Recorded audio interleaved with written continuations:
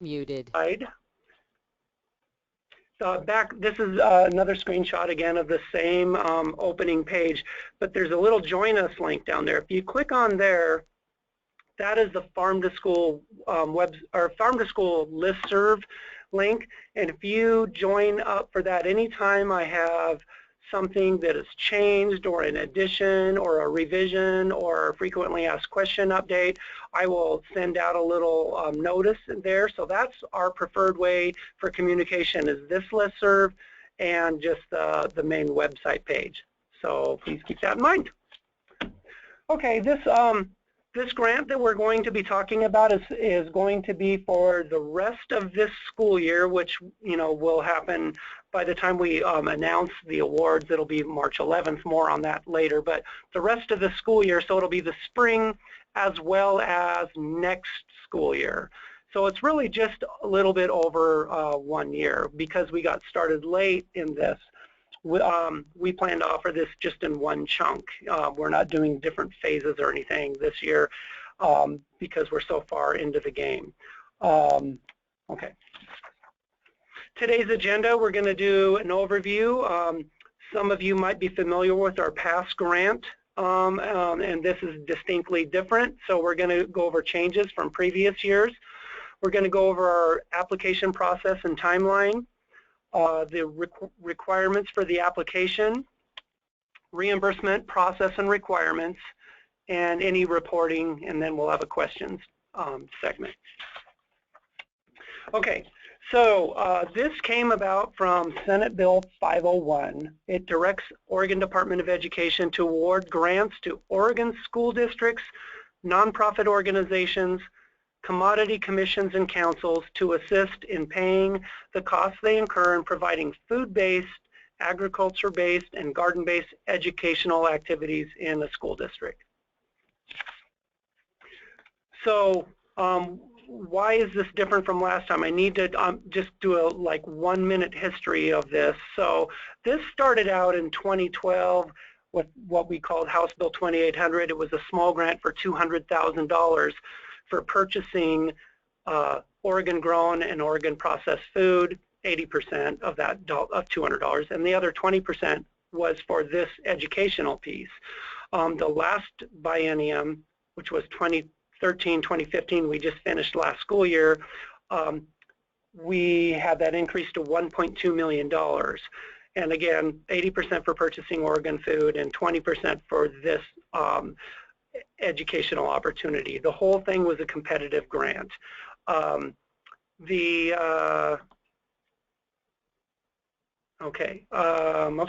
next slide. So that $1.2 million now is in the governor's budget, and we anticipate that it will be rolled over each year. But for this biennium, we got $3.3 million more added to the $1.2 million. So now we're up to $4.5 million. They also been separated now into two portions. So the first part, the food part, we're already doing. It's 80% for all Oregon schools to purchase Oregon grown and Oregon processed food.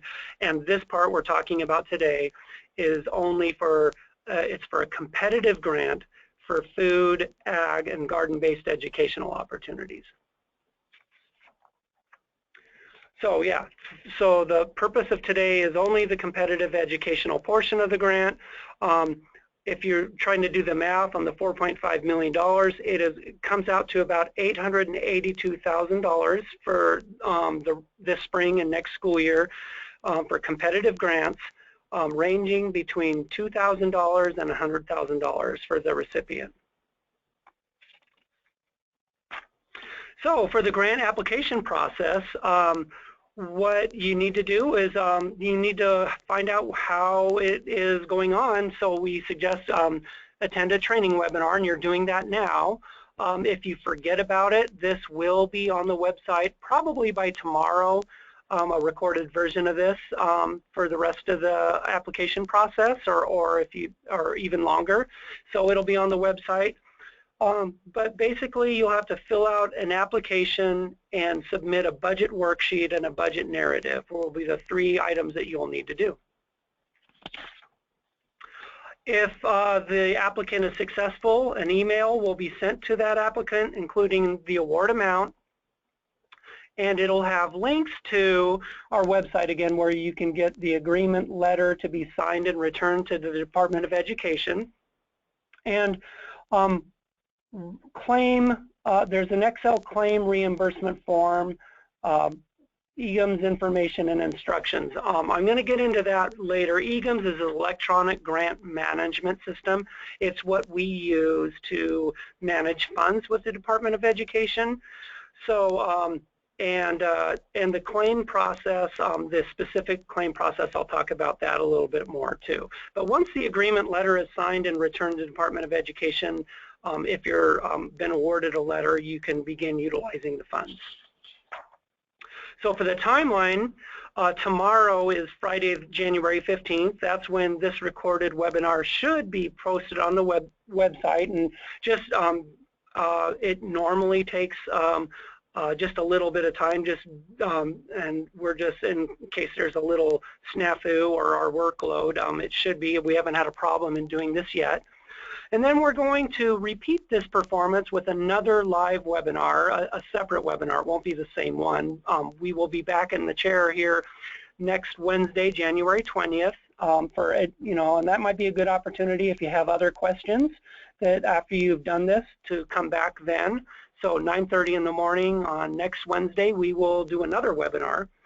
And then Friday, February 19th is the last day to ask questions. That's a week before the completed applications are due on Friday, February 26th. And the reason we have, that's a standard thing from what I understand with grants normally, is it takes us a dead week where we can gather all the applications and organize them and have everybody on the same playing field. Then a week later, the awards will be announced on March 11th, which is a Friday. And then once those awards are spent, or are announced rather, folks can start spending their money once they get in the application or the agreement into us. And then all funds must be spent and products must be received. And what we mean by products is really anything that anything you order in terms of educational materials or anything like that. You have to have everything received and spent by the end of the school year, that's a typo. That's June 30th, 2017, not 2016. Important note, you don't have to have everything spent in 1 month. It is actually a whole school year. So apologize for that. I will fix that on the slides. But it's June 30th, 2017. And then there will be a reporting element to do. As with any grant, there's a reporting and a final evaluation to figure out how successful this grant was. Will be due the following September 2017. Thought I caught that. Anyway, who can apply? So any public Oregon school district can apply. Nonprofits can apply. Commodity commissions or councils can apply. And so the organizations may partner with one another. So typically we might have a nonprofit and partner with a school district or more. So you can be multiple school districts even. This is a change from previous years. But any combination of these people can apply: Oregon school districts, nonprofits, commodity commissions, and councils. Charter schools, private schools, we've had this question come up, and ESDs. Typically, before when we did this, they weren't able to apply because they weren't considered what we considered an public Oregon school district. But now, if they are a nonprofit, they can. The only thing is, in that a little caveat, in order to determine a fair and level playing field, National School Lunch Program numbers are used to determine the amount of funding for each school. Therefore, if your district that you're talking about doing the educational opportunities in did not participate in the National School Lunch Program, it cannot be eligible. So that might preclude a private school or an ESD for applying if that was the case there. On the website, there's a resource section. There are items available in there like our worksheet and reimbursement worksheet and example, more on this in a little bit later, and our frequently asked questions document, which is a really valuable tool for real-life questions that folks have dealt with this educational part over the years, and we're continuing to get more questions all the time. So it's a really good document. I would read that document before you fill out the application, definitely. Who specifically can fill out the application? Anyone. There's no restrictions on who can fill out the application. The person who has a signature authority, who can enter into agreements, has to be listed in the appropriate section of the application. And since there could be multiple school districts and other entities working together on the project, it's important that all parties are aware of what's going on. And what we mean by that is it's up to the person submitting the application that who they're communicating with, whoever is represented in the application. Next slide.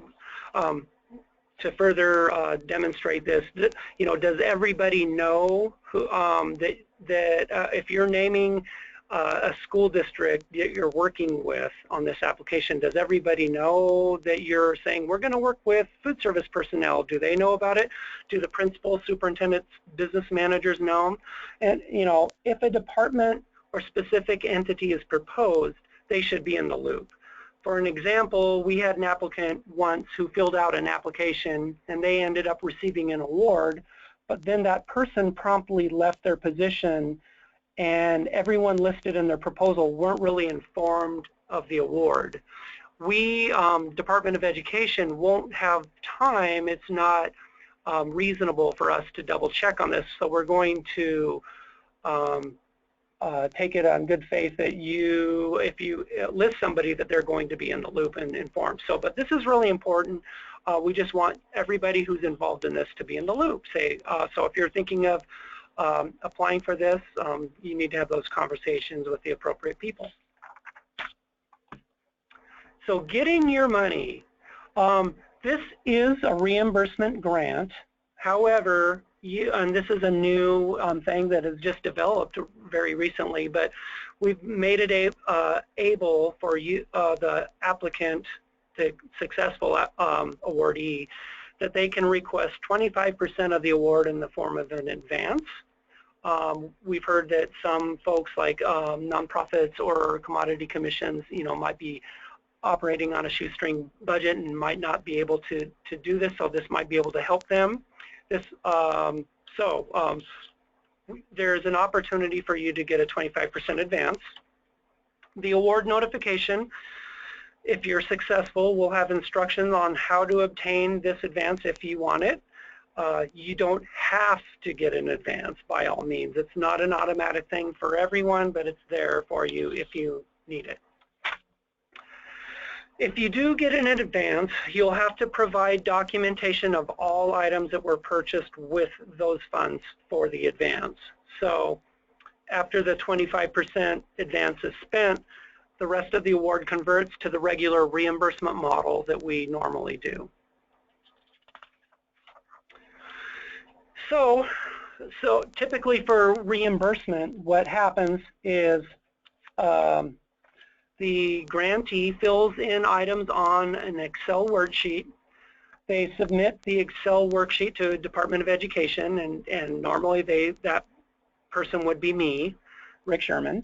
And then you would keep invoices, receipts, etc. on hand to justify the worksheet. Do not send those to, I don't want to see those at Oregon Department of Education. But you need to have them on hand to justify them in case you get called on administrative review. Department of Ed looks over the Excel sheet and lets the grantee know that it's okay to put the dollar amount in our grant management system, which is called EGMS. And again, if you're successful in getting the award, we will set you up in the EGMS system. The Excel worksheet is located on our resources section in the grant website. It's simple and straightforward sheet. There's an instructions tab on tab 1, and the worksheet to enter the items is on tab 2. You would use a new worksheet for each submission, and we need to track all the items spent, and so this form enables us to copy and paste and put on a master document, and it's worked out really well on the food side. And it looks like this. So if you open up the worksheet, this is what it will look like. There will be, this is the instructions tab. You would open it up and it would be on there, and there's instructions on the first chunk up there is supplies, and basically amounts of the supplies, the price of them, where you bought them from, and the date on the receipt. And then any labor that you need for this stuff, labor is allowable, but it just needs to be broken out. So I have a couple labor examples there, like hours for a school garden coordinator, and I said hours for a hydroponics lesson for September, 35 hours at $18 an hour, and the sheet will multiply it out for you.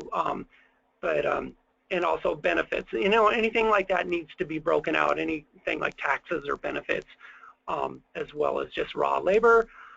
So I have a couple examples there, but on the next tab was the worksheet. If you click on that, it goes to basically the same thing, but it's blank. So you would fill out up above your school district. It says school district name, and I apologize, I'll fix that. But it's just the awardee name, so that could be whoever is filling it out. But the outfit that's filling it out, the contact name, the contact number, and claim period, and then basically you would fill that out. You know, you need to include invoice dates on there or receipt dates, the source or the vendor, description of what was purchased, amount and price, and then you can add lines if you need to. It's not protected. If there's substantial errors on the form, it'll be returned to you to fill out before we can process the information, but that's our form. So we suggest you submit monthly claims. That seems to work out the best for us. And then you retain the backup documentation for that month. Then you would just keep copies of invoices or receipts to support that monthly claim you do. We would suggest having a file, like if you're doing a claim for October, then you would have a file for everything to back up that, and if you would start a new file for a next claim. And that way, if you get selected for an administrative review, it's our auditing kind of thing. We select a certain number at random, a certain percentage, and we might come out and say, we need to do an audit on your, you know, we'll pick one like October 2016, you know, 2017 rather, claim. And so we would just grab that file and make sure everything was good. So who you would send your worksheets to would be my email address. My email address is everywhere. It's on the website too, but that's me, Rick. And then, like I said, we'll look it over and tell you it's okay to enter the dollar amount into EGMS.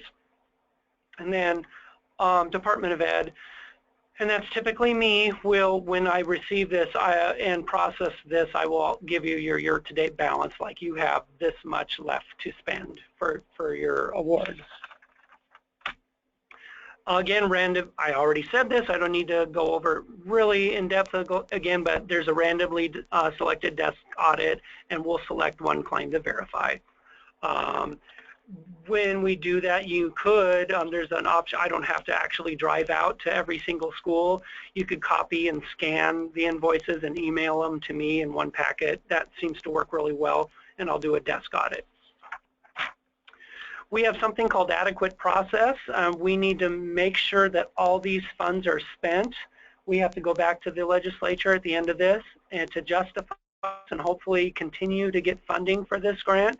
And if it's really important that all the funds are spent, if not, the program ends. So if if we award this grant to somebody and they just simply aren't doing anything with it at all, we will make sure we reach out to them and give them a warning or so.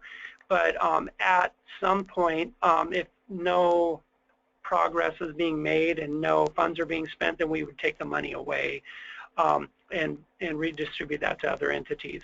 Because of the volume of participants, I won't be able to do multiple warnings as in the past years on this.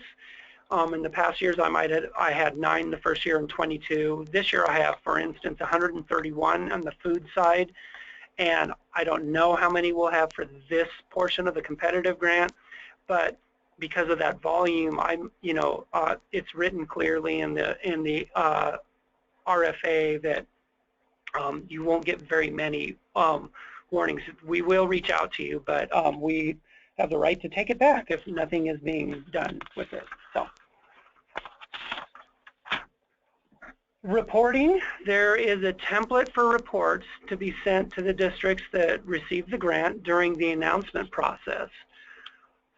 We have to report back to the legislature the progress of the final outcome of this grant, and so this enables us to do so.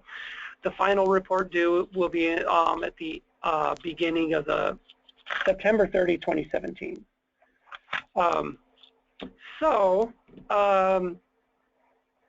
All questions from this site will be put on our website and updated as more questions are received, like I said. That will be good.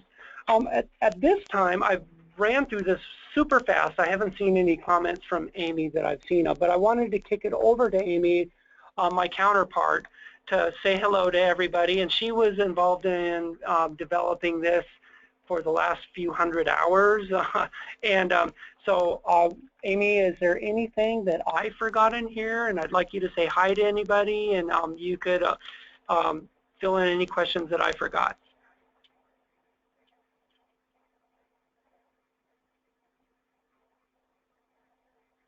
Hi, everybody. Can you hear me okay? Yes. Okay, great. Yeah, I just want to welcome a lot of the, I see a few names on there and some backgrounds that are from some of the nonprofits in Eastern Oregon and some of the producer communities. So, I don't have anything specifically in terms of the reporting requirements that Rick talked about. I think, Rick, you may want to mention a little bit about allowable and unallowable expenses. That was the only thing I think you may want to just quickly give them some background on. Otherwise, I think you covered most of it. Okay, great. I'll do that right now. Amy brought up allowable and unallowable expenses, and in the request for applications document, the RFA, there is a section on that. And you can sure read about that. And then there's some real-life examples of frequently asked questions about allowable and unallowable expenses. And I would really, really encourage you to read those as well. But essentially, it's a good point that anything in this is acceptable if it's directly related to food-based, agriculture-based, or garden-based educational opportunities. So basically, you're teaching kids in school districts about these things, ag-based, food-based, garden-based educational opportunities. And if you need to teach them about where our local fresh Oregon food comes from, and you need to do that, supplies, labor, and things of that nature are allowable. And I have some things in there, especially about labor, because that's a big question. We encourage you. It's actually a requirement in this grant. An entire position. We get this question a lot. Can we hire a school garden coordinator, or can we hire a teacher position for this grant? And the answer to that question is you can't put in there just to say an FTE or a 0.5 FTE or a partial FTE, period. What you have to do is, because the law is specific about educational opportunities, you have to tie it to the lesson. So basically you can say, I need to have 100 hours for hydroponics lesson, or I need 100 hours for tasting tables and benefits for that. It's allowable. So you have to be specific and tie it to the lesson and do it that way. I wouldn't just say just a whole position and leave it at that, because a position could do anything. You have to tie it to the lesson. So it very may well be where you can justify all the hours in a position, but you need to be specific, and that's come from my bosses, so they're very adamant about that. Another question we get all the time is about equipment, and basically we have allowed this, that you can get equipment to help if you need equipment for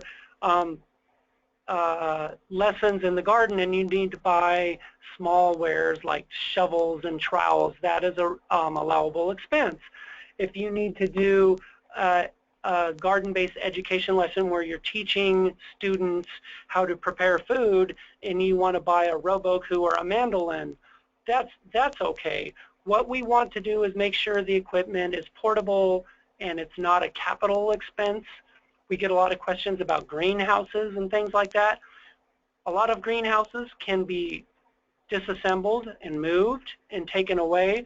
That's what we would consider something that wouldn't be a capital expense, but something with brick and mortar and footings could not be, so that wouldn't be allowed.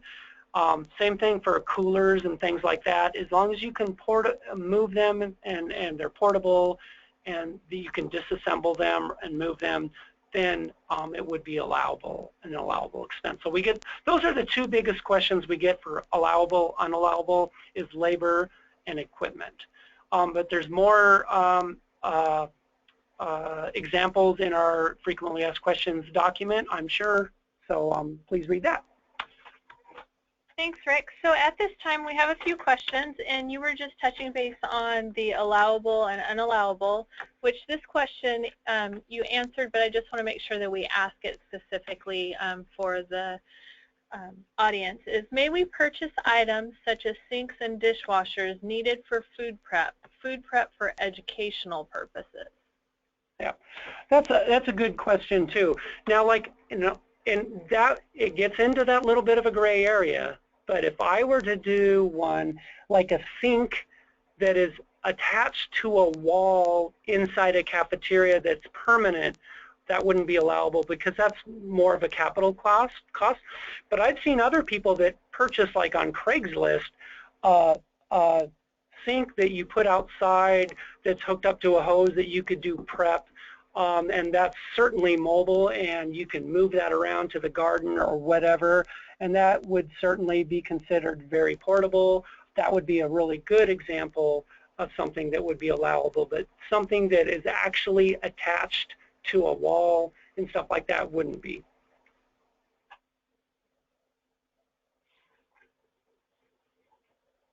Good question. So just as a clarification, a follow-up on that question, Rick, is I thought I read something about a not being able to buy permanent fixtures. May we buy items such as sinks and dishwashers so that take the produce from our garden to the cafeteria and classrooms? Okay. Yeah, again, anything that would be on that, like a dishwasher, would be something that would be considered capital expense and attached, and that would be unallowable. And like the seeking example before, I think we just answered that. Yeah. So if they had a portable sink in a classroom, would that be allowable? Yes. Okay. And what about a dishwasher in a classroom? Probably not a dishwasher in a classroom because a dishwasher is has to be plumbed and therefore would be a permanent fixture. Great. Rick, the other question that we have is, can a single school or site apply for this grant? Yes, a single school or site can be. As we said before, this has happened in the past. It's based on need, so we want to try to get this out to high free and reduced areas. And some school districts are very low free and reduced, but they might have a school that is not so low. And so they might want to try to be successful based on their highest school's percentage. So that's clearly an option. And And that's up to the applicant to do, but yes.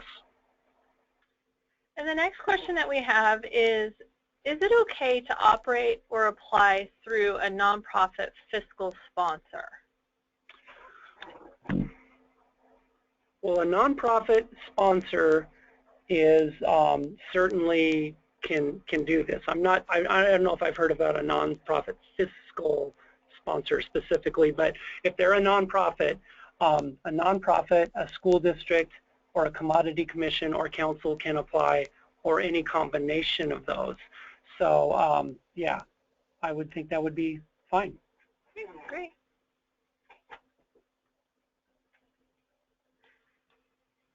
Can labor dollars be tied to food course supervisors? Yes, I've had this question recently, and I would think that would be fine as long as, again, you're in the application, the food court person, you would say this many hours for tasting table opportunities, this many hours for hydroponics lessons, and it's spelled out what they're doing, not just, oh, we need $20,000 for a food court person, period. You would have to justify their labor. And is there an average size of the award within the range of the 2,000 to 100,000 being given? That is a really good question, and because this is the first year in this format, we haven't done this before. So our average as of right now is 0. We don't have that. That's up to you to decide how to do it. The range is, we talked about this a lot in our committee for making the rules for this. We really don't know what we're going to get, but the range is $2,000 to $100,000. So it's wide open, and it's up to you as an applicant to decide what that is. And is there a required match percent or percent to match with this grant? No, there's not.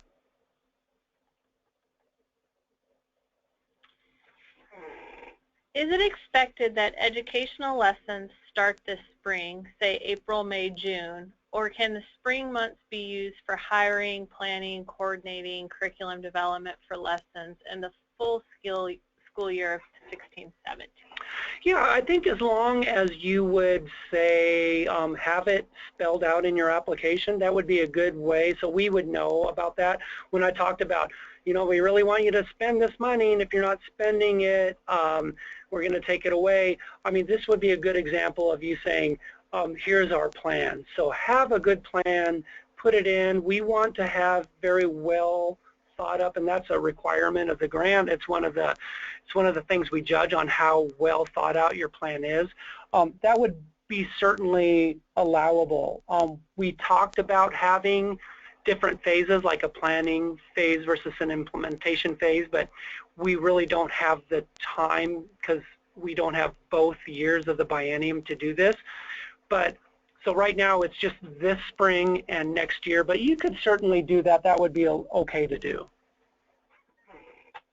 And Rick, will this be a one-time opportunity, or can it be applied for in subsequent years?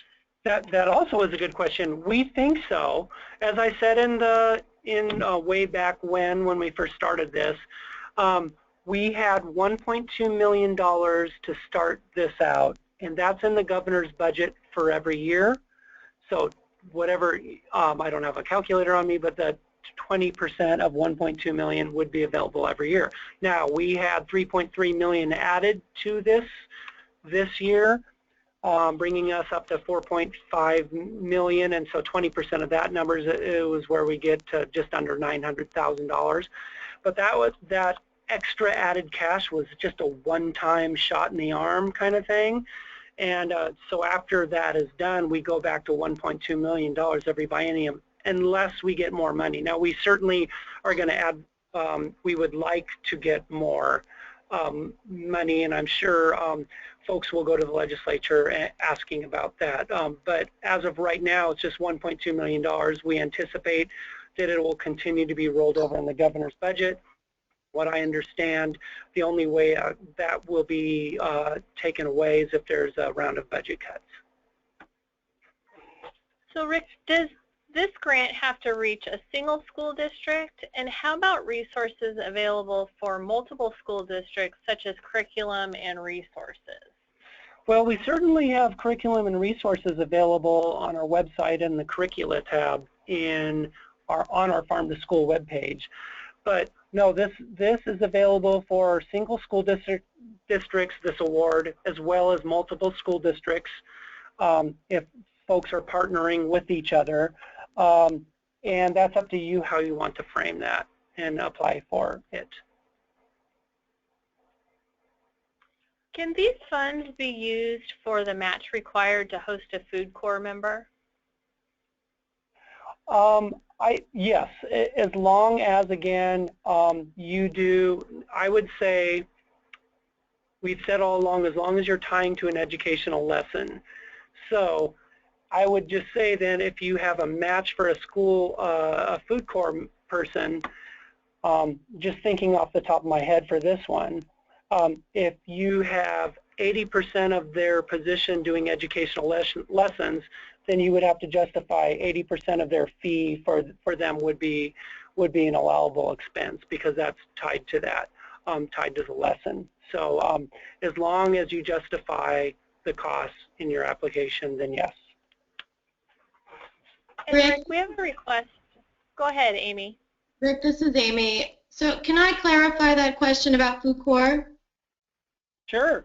If the applicant is asking for the full amount for the program service fee to host a Food Corps member, would that be allowed? Yes, as long as their position is like everything they're doing is justified to those lessons, then yes. Okay. Yeah. And Rick, we had a question of, to clarify how administrative costs should be included in the budget. They had saw that indirect is not allowed, but could line item admin costs be included, such as % of office rent, % of internet, % of hours for financial manager, etc.? Yeah, that's a good question. Those are what we call indirect costs, and they're not allowed in this grant. They have to be tied to, now, if you need administrative costs, like so much of like a food service director or a teacher, so much of their hours to administer this grant, that is allowable. But like a school district's administrative costs, like overhead, that tries to get through every once in a while, that's not allowed. Stuff like that you're talking about where, well, we just need 20% of the electricity done, because that can't be tied to an educational lesson. Thank you for asking that question. And so no. And are watershed councils eligible to apply under the commodity commissions and councils? I will leave that up to Amy. Amy, watershed council? And I will say, if a watershed council is a nonprofit, then certainly, but I don't know if they're a commodity commission or council. Amy? Okay, yeah, I'm here. So they are not covered, watershed councils are not included in the Oregon revised statutes that were written into the rules. So Oregon revised statutes 576.051 to 576.455 are the recognized commissions and councils that are eligible for the funding. And I know that watershed councils are not covered between those statutes. That doesn't mean that you could not partner with a commission. If you have on your watershed partnership, someone who is a member of a commission, you could apply, via that entity. So you would be able. There would be some ways, I think, to look at, a collaboration with a commission. And as Rick just said too, I'm not sure of the what the tax exemption status is for watershed councils and whether or not you would qualify under the nonprofit status in some way, because there are, beyond just 501c3 status, there are other qualifiers for nonprofits. You may meet some of those. Okay, that's what I was thinking too. Thanks, Amy. So, Rick and Amy, could these funds be used to hire high school students to tend a school garden over the summer? I would say how that is written specifically, no. If those high school students are teaching kids, like typically there's might be an enrichment program, like after school program or summer lunch. Summer lunch has an enrichment thing, requirement. And then if you say, yeah, this is a creative way to get this done, okay? But you like, we want our kid to teach lessons, and part of that lesson is upkeep of a garden, then certainly, but just labor for a high school kid just to tend a garden, no, that wouldn't be allowed. It has to be circled around a garden-based lesson in this case. And can reimbursement be for labor alone, or does there need to be a mix of labor and purchases? There are no requirements for that. That would be up to you guys. It just, again, your proposal needs to be well thought out and well planned, so that's up to you. And is there any higher ranking given if a grant applicant has a higher match? Well, when you go to the RFA and look on it, there is the score sheet is in there that we will use as a committee, the selection committee, and so it'll become very, very clear. There are points awarded to how well your application is designed, and there's specific items we're looking for. There's points for cultural relevance. There's points for free and reduced. So I would leave that up to you to look at that, and it's spelled out pretty clearly. And you may want to remind people too, Rick, that there is no match requirement. Yeah, and there is no match requirement. Thank you, Amy. So you would not be given more preference if you could demonstrate matching funds. We won't be looking for that in the criteria. Correct. And someone had asked, they are not familiar with the food program or food corps program, so they asked, what is a food corps member? Amy is our Oregon Food Corps. She houses the Oregon Food Corps out of Oregon Department of Ed, so I'll let her take that. Yeah, so the Oregon Department of Agriculture is the host agency for Food Corps, and Food Corps is a volunteer service program similar to AmeriCorps or Teacher Corps or I think even Health Corps. And basically what we're responsible for doing is overseeing the placement of Food Corps service members throughout Oregon, and we have 10 service members serving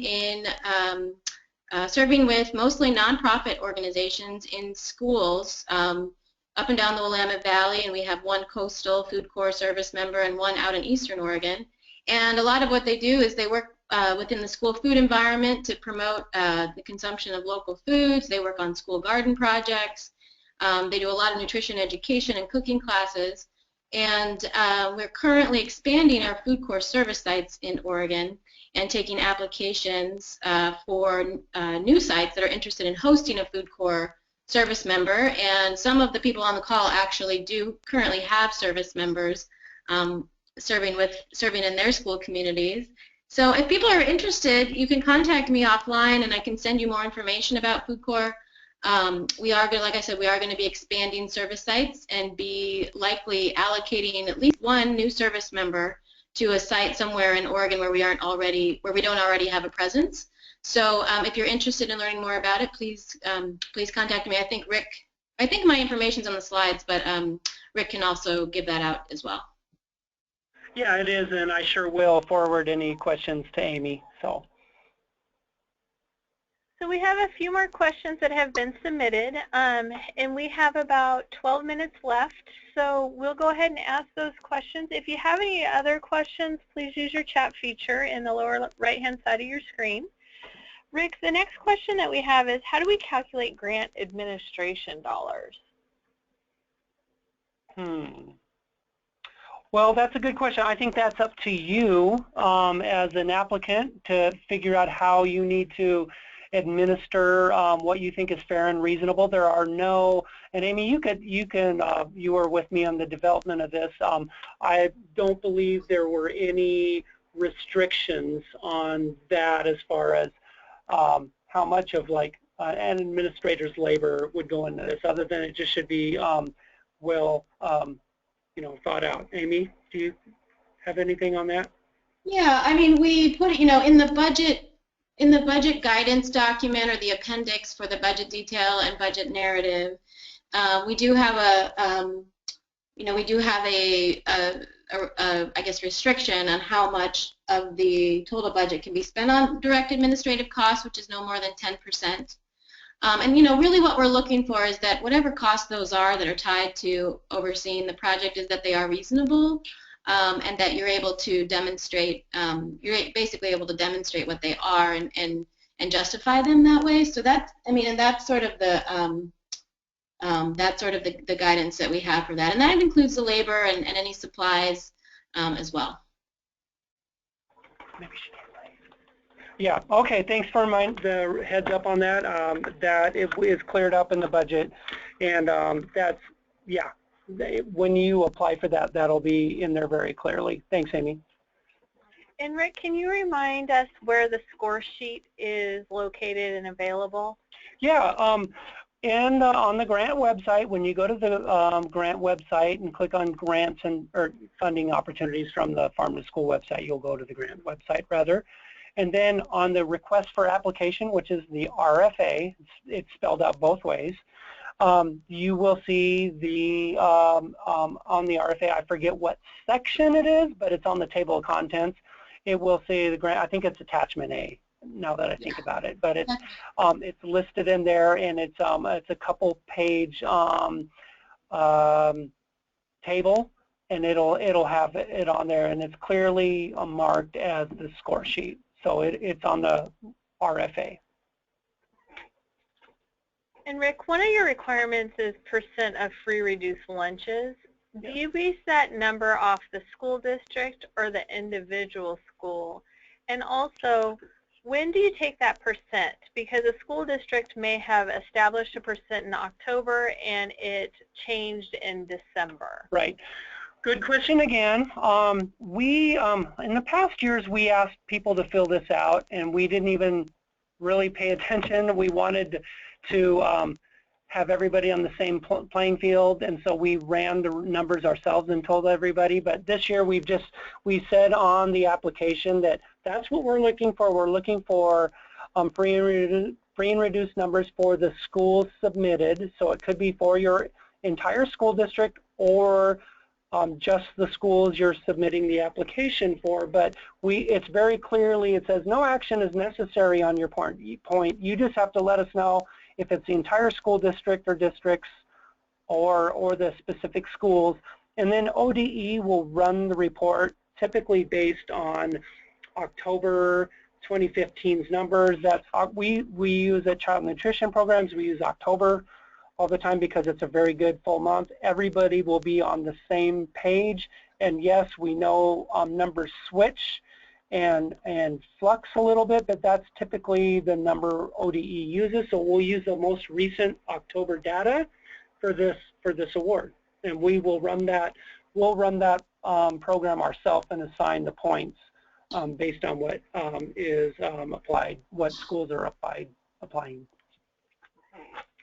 And Rick, back to capital equipment and grant allowability funded. May a school purchase a portable dishwasher if it's tied to educational use? Yes, they may. Okay. So at this time, we have no further questions that have been submitted.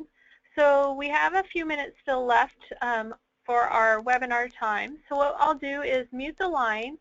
And if you have any questions, please use your chat feature on the lower right-hand side of your screen, and we'd be happy to answer those. So it'll be quiet just for a few minutes, and then we'll come back on once we have a few questions. Thank you.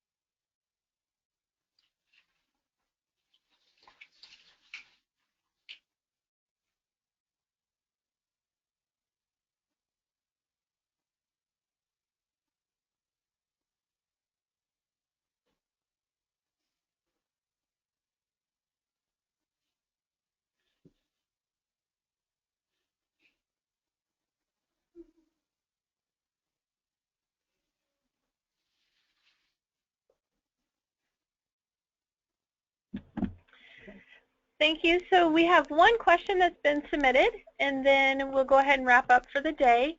If you do have additional questions, as Rick said, you can contact him and send him any questions there. Go to the last slide, very last slide. Keep going, sorry. Second last one. There you go. And there's Rick's information. And if you have questions for Amy, Rick can pass those right on to Amy for you, and also answer anything, hopefully, for you in a timely manner, as he, I'm sure, is very busy this time of the year. So the question that we have is, do farm-to-school programs partner with each other? Yeah, and especially for this grant, there's no restrictions on partnering. Again, nonprofits can apply for this, commodity commissions or councils, or school districts, or any combination of those. And so we might have a couple different operations, a couple different nonprofits, or a couple different farm-to-school entities applying with each other. We just ask one and it'll be very clear, whoever is applying on the grant, there's like a program manager of the grant, that person will get the information. But yeah, you can certainly partner with one another. And I'm sorry, Rick, we had a few more questions that were submitted. Amy, this one may be directed towards for you to answer. Soil and water conservation districts are organized as special districts under ORS statute. While not a traditional 501c3, they are tax exempt. Would they qualify to apply? Yeah, I don't have a direct answer for that right now. I'm going to have to look into that. Okay.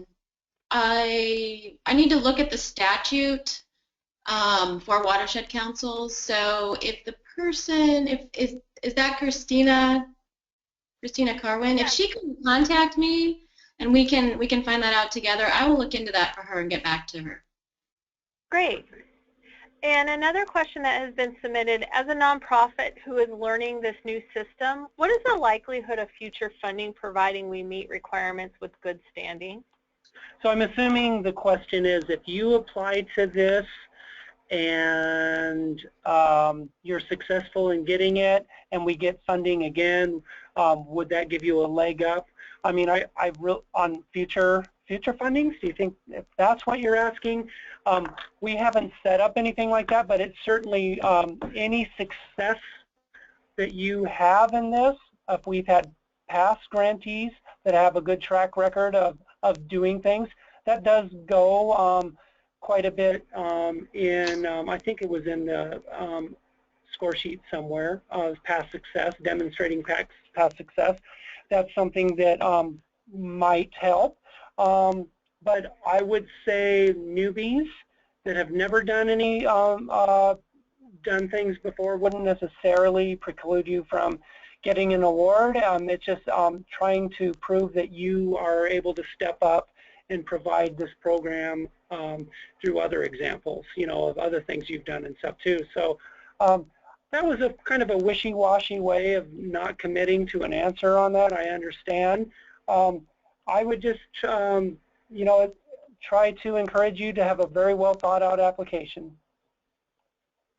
Yeah, and I just want to add on to that too, that we, you know, one of the big successes with this change in the in what Senate Bill 501 did was give us the opportunity to bring agricultural partners into the fold more with Farm to School. And so I think what we are looking for in these applications is a lot of collaboration between partners who maybe some of them have been leading Farm to School efforts previously, and maybe some haven't, maybe they're new, but we're really looking for commitment from the diversity of partners that we know are integral to making Farm to School a success in communities. So the more you can demonstrate some of those alliances or partnerships, I think that will be a benefit in your application.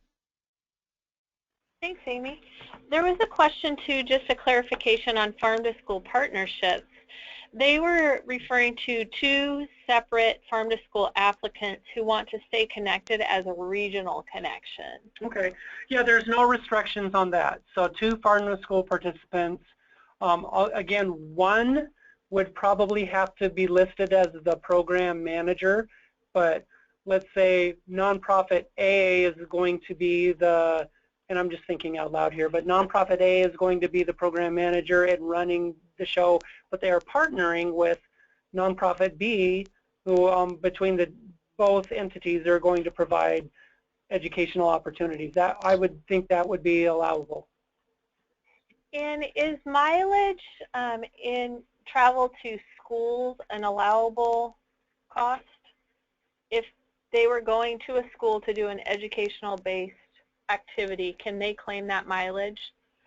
That you would certainly have to say to put that on your application and in your budget. I would think that would be an allowable expense as long as the mileage specifically was tied to, that's part of the lesson. We need to get somewhere to a farm field trip. Yeah, to do that. I would think that would be. I'd like to add a clarification to that. If you are a food corps, if you're applying for funding to help support or supplement your food corps service member or your food corps service plans, the policy for that is a little bit different. So if you you are required, if you do have a food corps service member, you are required to provide reimbursement as an organization for their travel expenses that are related to their service. So it's a little bit different with food corps. So we will have to, if that does pertain to you, we will have to take a look at that, or Rick and I can sort of work on that with you. And I would say also, if you're already getting reimbursed, we don't want a situation where there's double dipping. If you're getting reimbursed for mileage somewhere else, and also you get reimbursed for this, we don't have not that we could really discover that, but it would be unallowable if we did discover it. So we would not want to be double reimbursing for anything in this grant too. So at this time, we have no further questions. So we'll go ahead and wrap up the webinar for today. As Rick said earlier in the presentation, this webinar will be hosted again on Wednesday the 20th. And if you have any questions, you're more than welcome to use the contact information here on the screen. And Amy, thanks for joining us. I appreciate your time. And Rick, thank you for presenting and answering the questions and your time. Thank you, everybody.